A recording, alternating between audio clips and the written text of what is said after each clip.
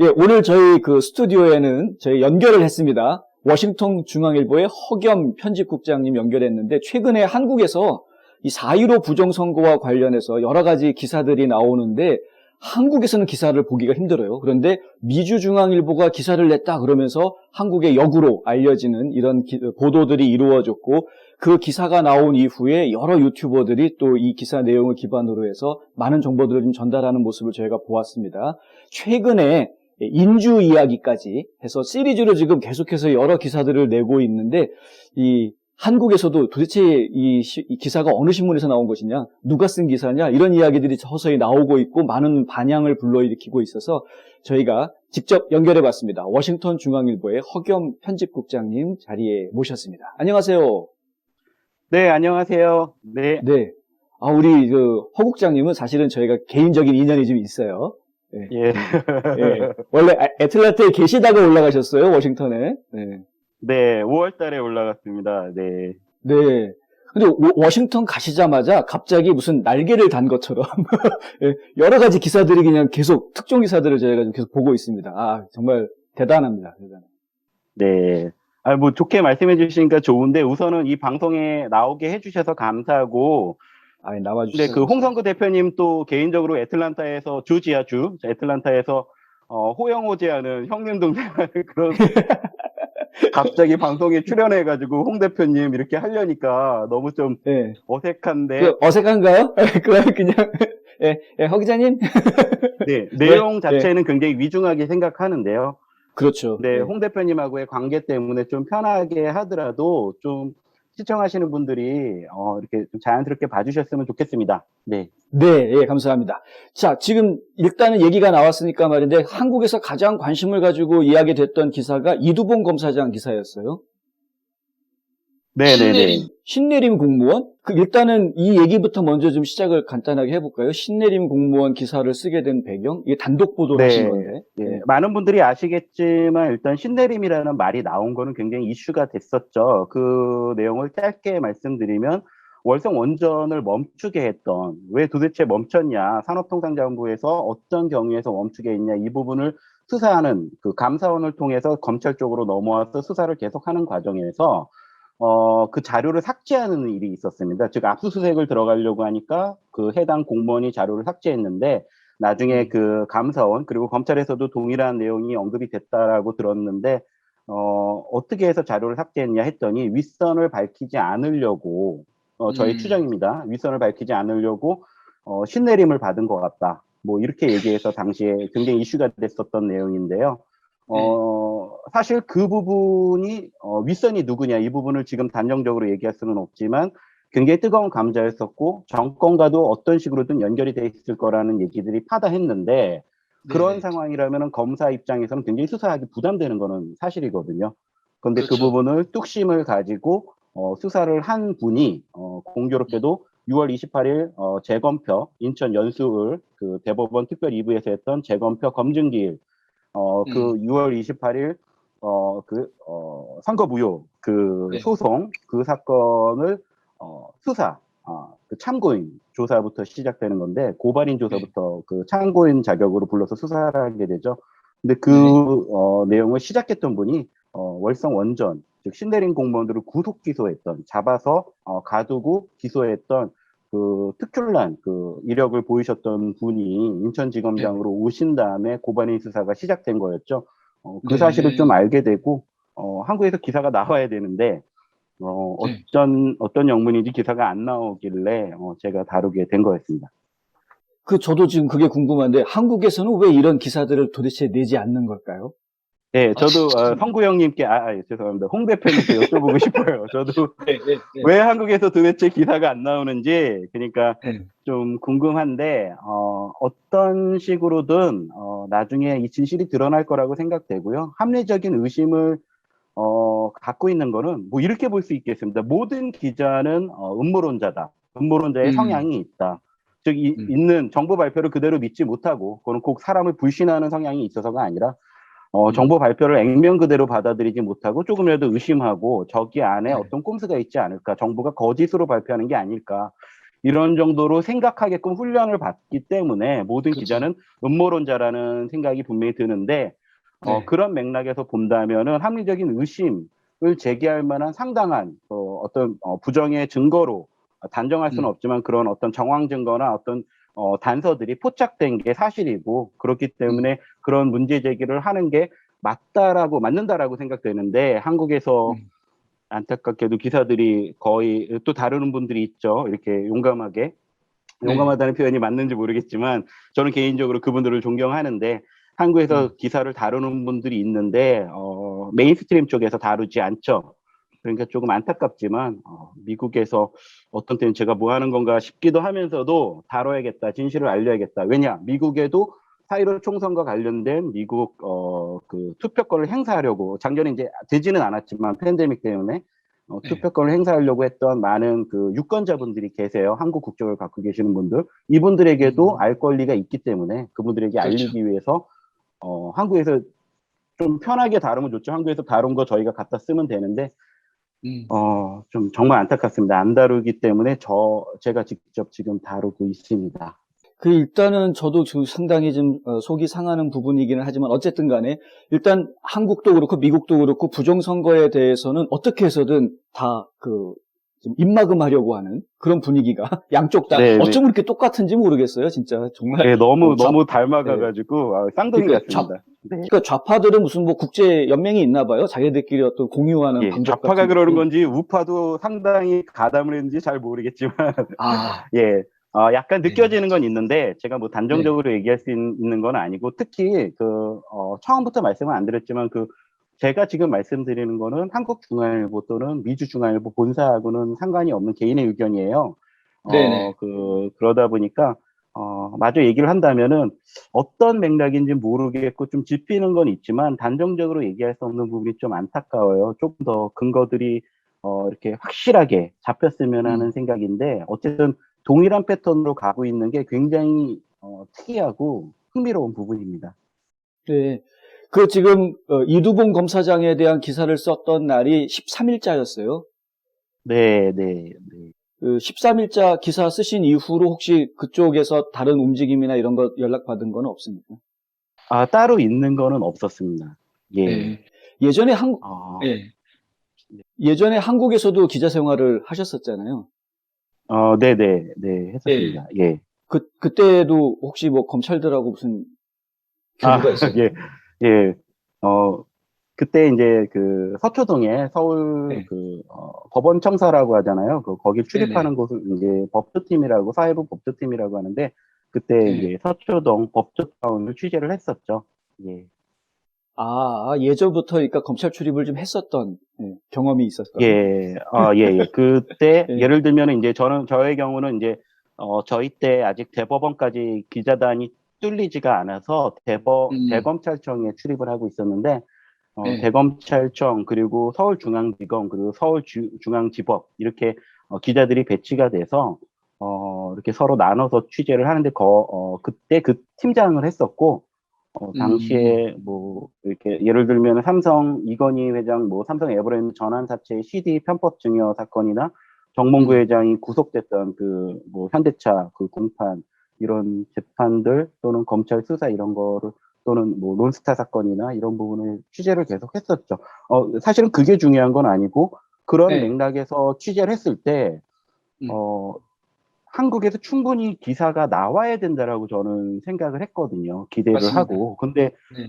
홍 대표님도 너무 잘 아시겠지만 안 나오고 있어요. 네네. 그러다 보니까 결국은 뭐 제가 기사를 쓰게 된 거죠. 그러니까 재판이나 검찰 수사나 이런 쪽 저는 전문가들의 얘기를 듣는 거지 뭐 그쪽 법률 전문가는 아닌데 이제 네. 한 4년 5년 검찰을 출입했던 경험으로 봤을 때 제가 좀 납득할 수 없는 거는 재판이나 검찰 수사는 실체적 진실에 다가가기 위해서 합리적인 의심을 제거하는 단계예요.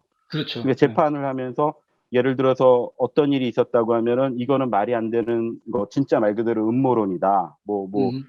정말 뭐 이렇게 UFO를 외계인을 만났다. 그게 또 그렇게 주장하는 분들한테는 또 음모론이라고 하면 또 싫어하시겠지만 하여튼 검증 가능하냐 아니면 검증 가능하지 않은 영역이냐 이런 쪽에서 봤을 때 상당히 합리적인 의심을 제기할 만하다라고 한다면 그 얘기는 귀담아 듣고 그렇지 않은 내용들은 점점 없애고 그래서 나중에는 정말로 실체적 진실에 다가가서 더 이상 의심할 정도가 안 된다라고 했을 때 이 사람은 징역 몇 년, 뭐 이 사람은 잡아야 된다, 뭐 구속시켜야 된다 이런 정도로 되는 걸로 저는 이해하고 있거든요. 근데 지금 네. 단계에서는 예를 들면 너무나도 잘 이 방송을 보시는 분들은 아시겠지만 배춧잎 투표지 그거 사실 엄청난 일입니다. 그러니까 지역구 후보, 홍길동이라는 후보, 그리고 임꺽정이라는 후보 이렇게 이름이 있는 것과 비례대표는 결코 같은 용지에 있을 수가 없어요. 근데 그게 나왔다는 거죠.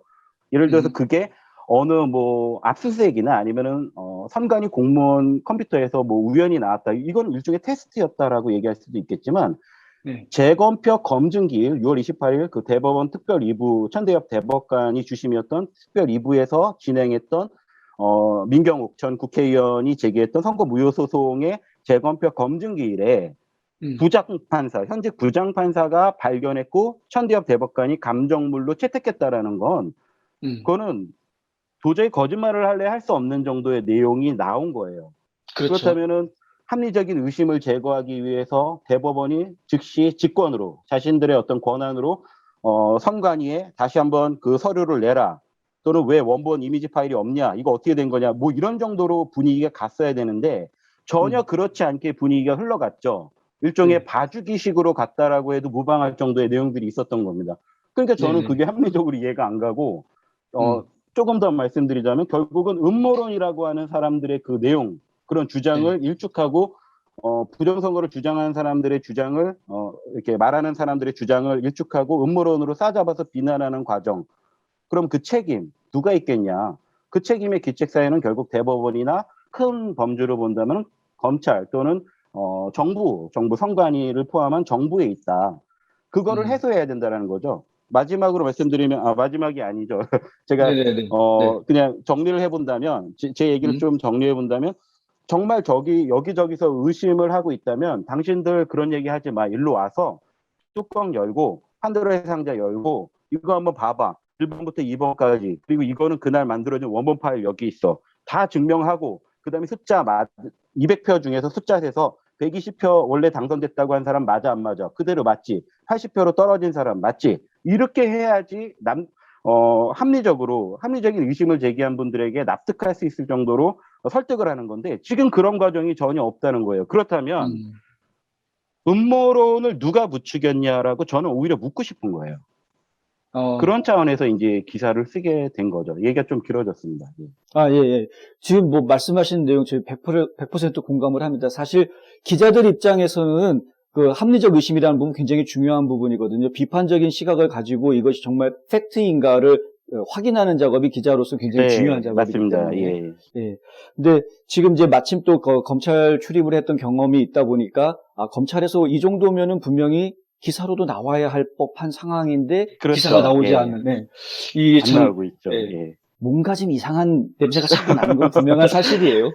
홍 대표님도 저도 뭔가 짚히는 거는 있지만 아직 그 부분을 얘기할 수는 없는 단계가 좀 안타까운데 저희도 안타까운 게 저희 눈앞에 팩트가 딱 잡혀야지 저희도 사실은 속 시원하게 기사를 탁 쓸 텐데 뭐 멀리 미국에 떨어져가지고 팩트를 여기서 잡는다는 게 사실 또 말이 안 돼. 눈으로 볼 수 있는 것도 아니고 직접 누구를 만날 수 있는 것도 아니고 그러니까요. 저는 이번에 그 한국의 그 인천 연수구에 인쇄업자 하시는 분들한테도 전화를 해봤어요.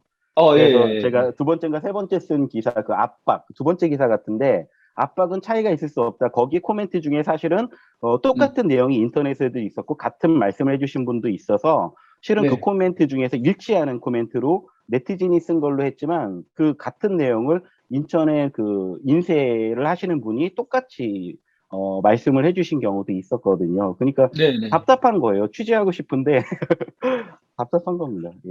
저는 지금 방금 말씀하셨던 인주가 없는데 뭉개진 직인은 불가능하다. 그런데 어떻게 이 뭉개진 직인이 나올 수 있느냐 하는 이 기사. 이 기사 같은 경우에 저희는 미주중앙일보에 댓글 달린 거를 보았더니요. 공신력 있는 기관이나 전문가의 코멘트가 없는 허접한 기사인 것처럼 누가 댓글을 이렇게 달아놓은 게 있더라고요. 그렇게 말씀하시는 것도 이해해요. 예, 그러니까 어떤 의견이라도 다 이렇게 제시할 수 있는 거고, 그게 캔슬 컬처에 반하는 자유, 어떤 언론의 자유가 있는, 그런 표현의 자유가 있는 세상이겠죠. 그러니까 그런 의견도 감사한 거예요. 근데 참 재밌는 게, 이번에 부정선거나 이런 부분을 들여다보면서 저도 느낀 거지만, 직접적으로 관심을 갖고 아, 이럴 수도 있겠다라는 생각을 갖고 정말 열심히 들여다보지 않으면 아닐 거라는 쪽으로 생각하기 쉽게끔, 그러니까 그 반대쪽의 입장에서 본다면 굉장히 지능적인 플레이가 있었던 거죠. 아, 네. 그러니까 체계적으로 그 내용을 아, 말도 안 돼, 그런 게 있어라고 생각한다면 그런 분한테는 안 보일 거예요. 그렇죠. 근데 진짜 이렇게들 얘기하는 거 보면 뭐가 있나? 라고 마음을 좀 오픈 마인드로 해서 만약에 보시고 하나하나 다 본다면, 그분 스스로, 보시는 분이 합리적인 지적 수준을 갖고 있는 분이라면 도저히 이거는 말이 안 되는 거를 그분 스스로 먼저 알게 되지 않을까, 이런 생각이 들어요. 그래서 댓글 중에서는 뭐 작년에도 이런 내용을 다뤘을 때 댓글로 뭐 네. 또는 페이스북이나 이런 데서 뭐 없지 않아 홍 대표님도 좀 겪으셨겠지만, 이렇게 전혀 다른 쪽에서 생각하시는 분들이 너무 원색적으로 신랄하게 공격을 하세요. 시옷 비웃부터 시작해가지고 뭐 페이스북, 저는 한국에 있는 분들하고 연락을 하다 보니까 네.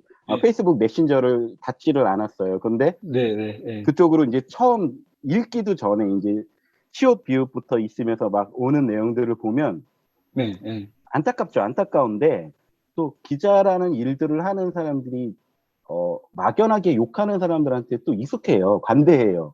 왜냐하면 예를 들어서 어느 분이 너무 잘한다라고 얘기를 하잖아요. 그러면 그분 싫어하는 분들이 득달같이 달려들어가지고 이 기자 누구야, 이 X야, 뭐 기레기야, 막 이렇게 네. 하니까 전혀 의도한 네. 게 아닌데, 그래서 그분이 정말 잘못하면은 제가 이제 좀 미안하죠. 근데 나중에 그분이 억울한 누명을 쓰고 있는 거면은 저는 뭐 떳떳한데, 그렇다고 해서 피해가 회복이 되진 않아요.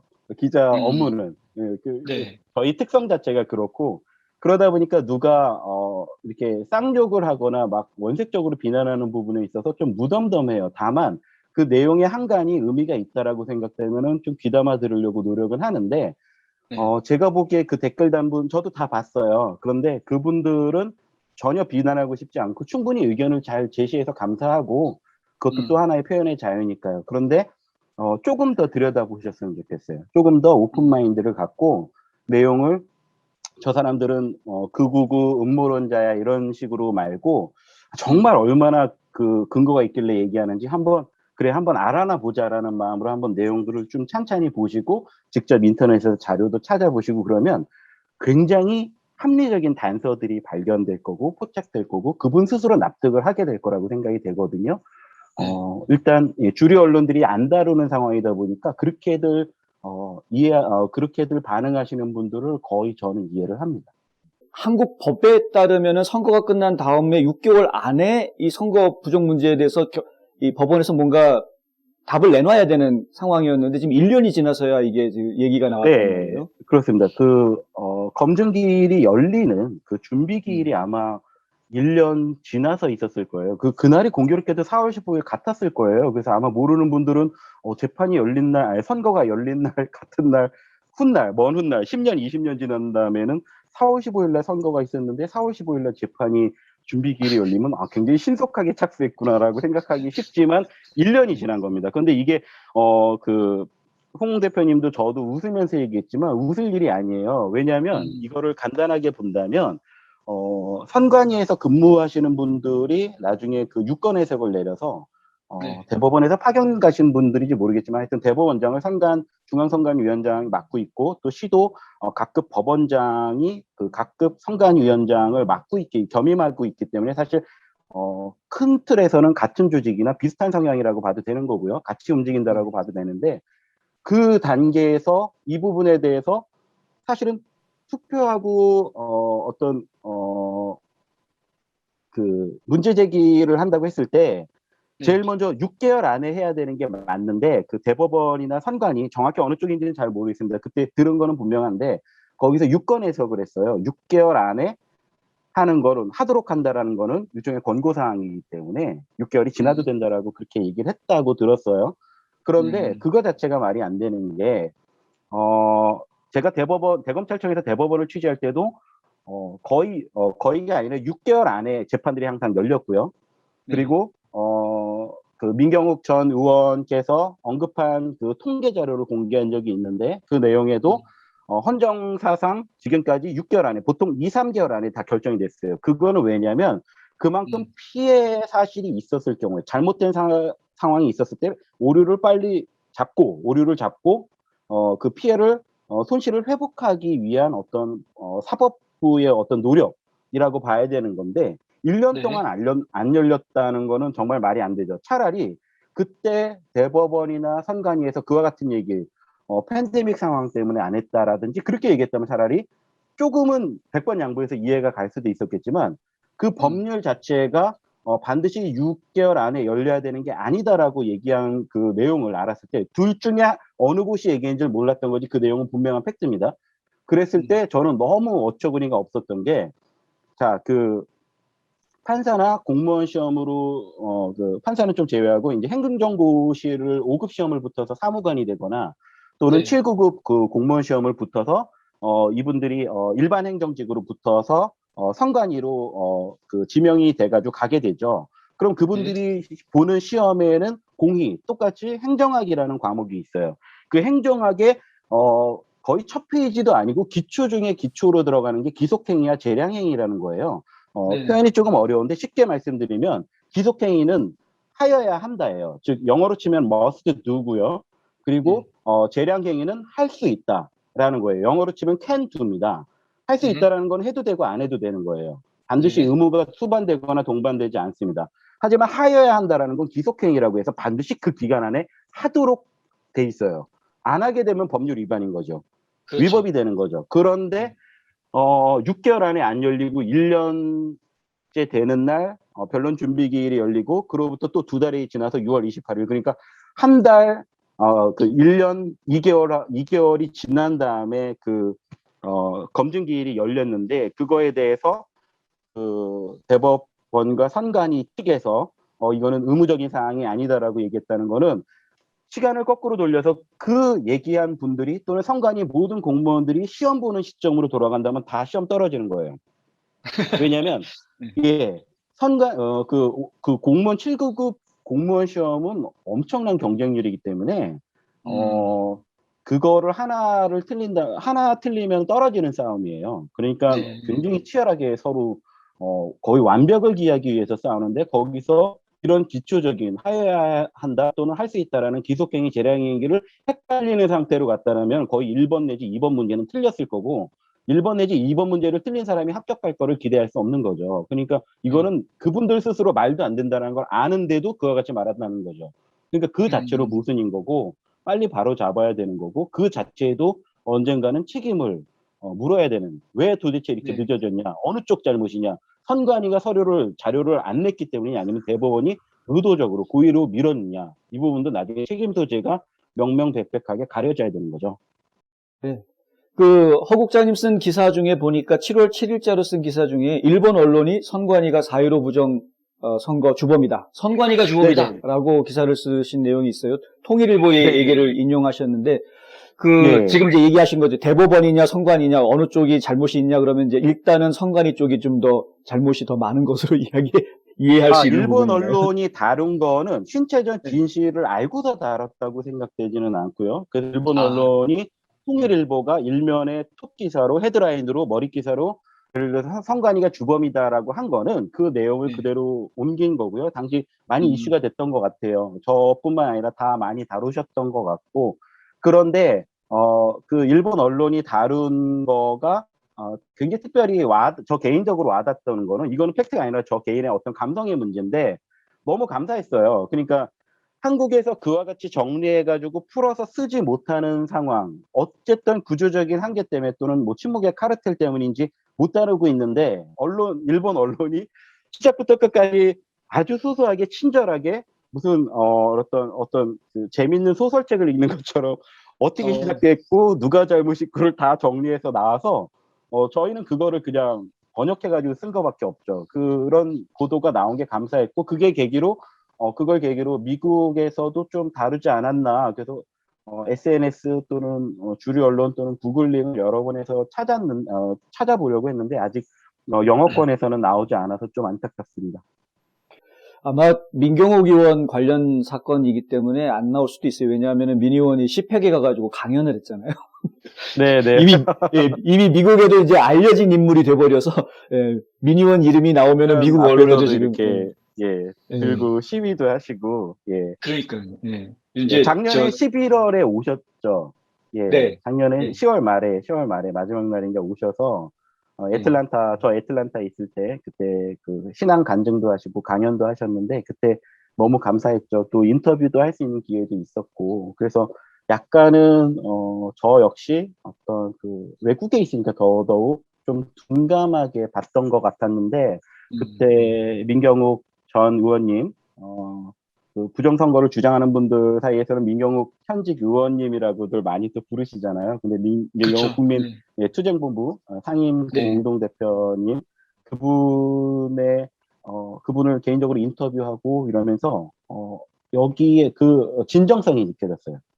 인터뷰를 하면서 그날 신앙 간증하고 강연을 했던 기사도 나갔지만 그 전에도 인터뷰를 하게 됐는데 좀 그분이 말하는 거에서 굉장히 진실성이 느껴졌고, 이거 뭐가 있다라는 거를 저 개인적으로, 피상적으로 기사만 보다가, SNS 내용만 보다가, 알게 됐고, 그 다음에 그게 계기가 돼가지고 그런 관점에서 봤더니, 그 당시에 그분이 그런 언급을 하셨죠.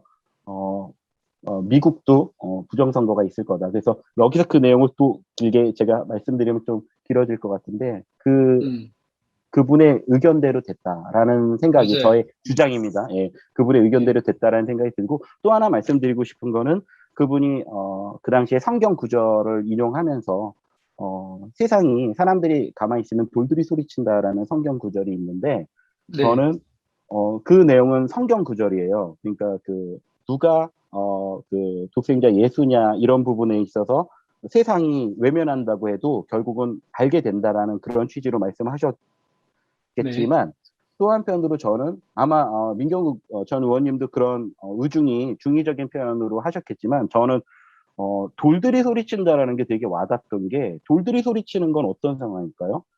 화산 또는 지진이에요. 지각 변동입니다. 그러니까 그 성경을 함부로 해석하거나 덧대거나 빼서는 안 되지만 그게 지금 세상에 저희한테 주는 의미가 뭘까 저 혼자 이렇게 곰곰 생각해 보니까 그 얘기가 나오는 거예요. 결국은 지각 변동이 굉장히 크게 있지 않을까. 어떤 식으로든 헌정사상 초유의 일들이 생기지 않을까 이런 생각들을 좀 하고 있고 냉정하게 속마음을 말씀드리면 기대하고 있습니다. 그렇게 돼야 되고요.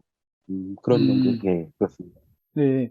사실 이제 미국에서 이 부정선거 이야기가 되는 것 중에 저희가 관심 갖는 부분 중에 하나이긴 한데 펜실베니아도 그렇고 애리조나도 그렇고 지금 조지아도 마찬가지 입장인 것이 감사를 하자고 이제 주장을 하시는 분들이 한결같이 공통적으로 하는 이야기가 하나가 있는데요. 뭐냐면은 선거 결과를 뒤집으려고 하는 감사가 아니다라는 이야기들을 하거든요. 근데 사실 이것은 그 미국의 대통령 선거라는 것이 이제 선거인단이라는 과정을 통해서 해야 되는 연방선거라는 복잡성 때문도 있고, 그리고 이제 이 복잡성 때문에 이 시간도 상당히 오래 걸리는 현실적인 문제들이 있기 때문에 트럼프 대통령이 굳이 남아있는 2년 임기 더 채우려고 다시 복귀하고 이럴 상황이 아니다 보니까 선거를 뒤집는 데 목적이 있는 게 아니라 선거 천념성을 찾는 데 목적이 있다라는 이제 대의 명분을 내세워서 감사를 지금 진행하려고 하는 그런 상황인데 민경욱 의원 같은 경우는 얘기가 전혀 다르단 말이에요. 이건 이제 부정선거니까 선거 무효를 선언을 하고 그리고 재선거를 실시하던 아니면은 이제 제대로 된 재검표를 통해서 당선자를 다시 발표하던 이런 식으로 좀 가야 되는 상황인데 앞으로 이 사건이 어떻게 진행이 돼야 옳게 진행되는 것이다라고 생각하십니까? 개인적으로 법조인은 아니시지만 네네. 전문가도 아니고 그냥 개인적으로 오늘 그 한국의 4.15 총선에 대해서 의견을 드렸으니까 마저 말씀드린다면 좀 중립적으로 보고 싶은데요. 그거는 이제 좀 비겁하게 빠지거나 이런 게 아니라 아직 정보가 부족하다라고 생각되고요. 1월 달에 마이크 펜스 부통령이 그 선거인단 그 서류들을 거부할 수 있는 권한이 헌법적으로 있느냐 없느냐를 갖고도 굉장히 다양한 해석들이 있었어요. 그렇죠. 마찬가지로 지금 홍 대표님께서 방송을 계속 저도 봤는데 일관되게 일관성 있게 지금 말씀하신 내용을 이렇게 말씀하신 내용도 저는 굉장히 일리가 있다라고 생각이 되고요. 또 민경욱 전 의원께서 이 내용은 만약에 주장이 된다면은 완전히 모든 것을 원점으로 돌려서 6개월밖에 안 됐기 때문에 바이든이 다시 새로운 대통령을 선출하거나 또는 자연 승계가 돼서 1등이 부정이니까 2등이 된다. 민 전 의원님이 이와 같이 말씀드렸다는 건 아니고 민 전 의원님 측의 해석을 본다면 다시 네. 대통령으로 돌아간다, 이렇게 컴백한다. 이런 부분은 아직은 좀 봐야 될 것 같습니다. 제가 네. 정보가 절대적으로 부족한 것도 맞고, 그리고 개인적으로는 미국의 헌법학자들이 어떻게 해석했는지를 좀 아직 들여다보지 못해서 제가 모르는 건 당연하지만 인용할 내용도 사실은 아직은 없고 좀 시기상조인 것 같은데요. 그런데 네네. 그와 같은 판단을 한다면 그거는 굉장히 행복한 고민인 것 같아요. 왜냐하면 지금 방송을 보시는 분들은 알고, 여기 방송을 보시는 분들한테만 특화돼서 맞춰서 말씀드리는 건 아니고, 저 개인적으로 본다면 저는 미국에서도 부정선거가 분명히 있었고 결과를 뒤바꿀 정도의 심각한 위중한 사안이 있었다. 그걸 들여다봐야 된다라고 생각을 하는데, 그렇다면 일단 대통령이 다시 바뀌느냐 아니면은 그 상태에서 끝나느냐, 이거는 그 시점에 가서 굉장히 행복한 고민이 될 것 같고요. 어느 경우든 트럼프를 막연하게 지지하거나 좋아하거나 이런 걸 떠나서 트럼프 잘못한 거 많죠. 근데 그런 걸 떠나서 부정선거가 있다면 한 점 의혹 없이 그 합리적인 의심들을 모두 제거하는 과정이 필요하니까 미국에서도 그와 같은 그 대통령이 복귀하느냐 아느냐 이런 단계가 됐다면 합리적인 의심들이 모두 없어진 단계가 될 테니까 저 개인적으로는 굉장히 기쁠 것 같습니다. 네. 민의원에 대해서는 어떤 생각을 가지세요? 민의원 지금 소송 진행되고 있는 것은 이건 사실 선거 무효 소송이니까. 예, 저는 그분이 그 지각 변동을 이끌 거라고 생각합니다. 뭔가 저희도 지금 기가 막힌 변화가 좀 왔으면 좋겠어요. 사실 지금 너무 답답한데. 얘기 안 하시는 게 있는 것 같은데, 그렇게 기대하고 있고, 어떤 방식으로든 이 문제 제기를 했고 최초로 재검표 검증기를 이끈 것만으로도, 그리고 이 상태에서 아무것도 안 나왔다면 굉장히 힘이 빠졌겠지만 배춧잎 투표지가 나오게 한 그 주도적인 역할을 했기 때문에 그 지각 변동의 일종의 신호탄을 쏘아 올렸다, 이렇게 생각이 되고, 그분이 앞으로도 계속 꾸준하게 어떤 역할을 할 것이다 라고 생각을 합니다. 기대합니다. 네. 알겠습니다.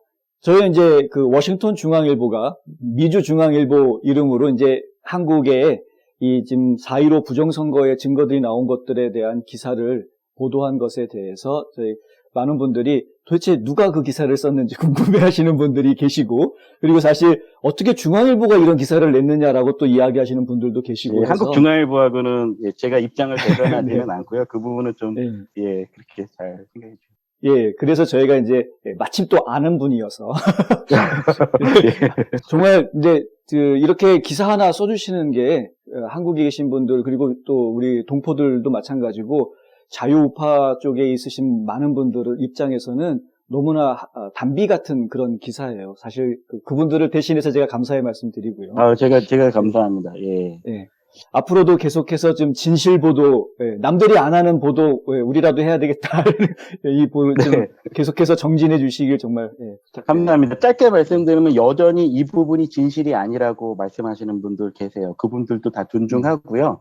그런데 정말로 합리적인 의심은 기자들로서는 제기하는 게 맞습니다.